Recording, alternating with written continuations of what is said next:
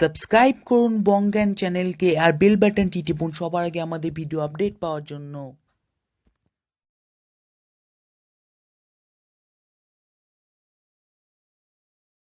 পণ্ডিত চাণক্য 6 সহস্রাধিক শ্লোক রচনা করে একখানি নীতিগ্রন্থ প্রণয়ন করেন।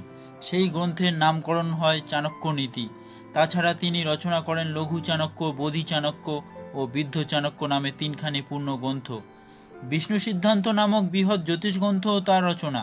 পণ্ডিত চাণক্য ছিলেন কর্তব্যনিষ্ঠ ও কূটবুদ্ধিমান, সেই কারণে তার নাম হয় কৌটিল্য। মহাত্মা চাণক্য যে বিশাল জ্ঞানী পণ্ডিত এবং রাজনীতিবিদ, সে বিশেষভাবে সবাই জ্ঞাত আছেন।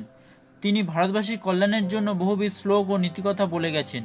তার দুর্ধর্ষ অকাট্য নীতি যে কোনো সুসভ্য মানব মানতেই বাধ্য হবেন। তার রচিত সেই নীতিকথার মধ্যে থেকে কিছু গুরুত্বপূর্ণ বিষয় আলোচনা করব। নমস্কার বন্ধুরা, আমি কৌশিক আপনাদের সঙ্গে। আপনারা দেখছেন বঙ্গান। আরও চাণক্যনীতির ভিডিও লিঙ্ক এই ভিডিওটির ডিসক্রিপশনে দেওয়া আছে। আপনি ওই ভিডিওগুলি অবশ্যই দেখার চেষ্টা করবেন। আমি কথা দিচ্ছি, আপনি নিরাশ হবেন না, গ্যারেন্টি। এই ভিডিওটি প্রথম থেকে শেষ পর্যন্ত দেখার জন্য আপনার কাছে অনুরোধ রইল। মিষ্ট কথায় সকল প্রাণী তুষ্ট হয়ে থাকে, তাই মধুর বাক্য ব্যবহার করা কর্তব্য। ভালো কথায় কৃপণতা করে লাভ নেই। অপকারীর সঙ্গে যে ভালো ব্যবহার করে, দুর্বাক্য প্রয়োগেও যে মধুর ভাষা প্রয়োগ করে এবং যার হৃদয় ভালোবাসায় পরিপূর্ণ, সেই সংসার তার নিকট স্বর্গতুল্য। বুদ্ধিমান ব্যক্তি নিজের অর্থক্ষতি, মনস্তাপ, গৃহের দোষ, প্রতারিত হওয়া ও নিজ অপমানের কথা কারো নিকট প্রকাশ করে না। যার হৃদয়ে সর্বদা পরের উপকার বাসনা থাকে, সকল বিপদ তার বিনষ্ট হয়ে থাকে, তার প্রতি পদে সম্পদ লাভ হয়।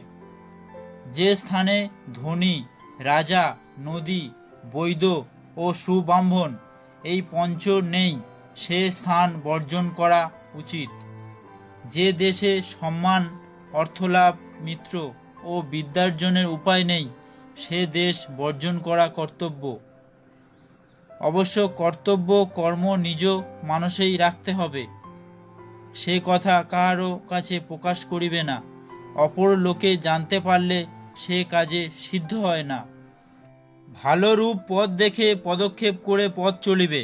শুদ্ধ কাপড়ে জল ছাঁকিয়া পান করা উচিত।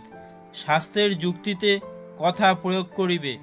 মনে যে কাজ ভালো লাগবে সেই কাজ করিবে। ঋণ, অগ্নি ও রোগের বাকি অংশ রাখা উচিত নয়। কিছু কিছু থাকলে তা পুনরায় বৃদ্ধিপ্রাপ্ত হয়, অতএব তাকে সমূলে ধ্বংস করা কর্তব্য। যে স্থানে মূর্খ আদর পায় না, ধান্যাদি শস্য সর্বদা মজুদ থাকে এবং স্বামী স্ত্রীতে বিবাদ নেই, সেখানে লক্ষ্মী দেবী নিজেই এসে বিহার করেন। আজ এখানেই শেষ করছি। আগামী ভিডিও দেখার জন্য সাবস্ক্রাইব করুন ও বেল বাটনটি প্রেস করুন।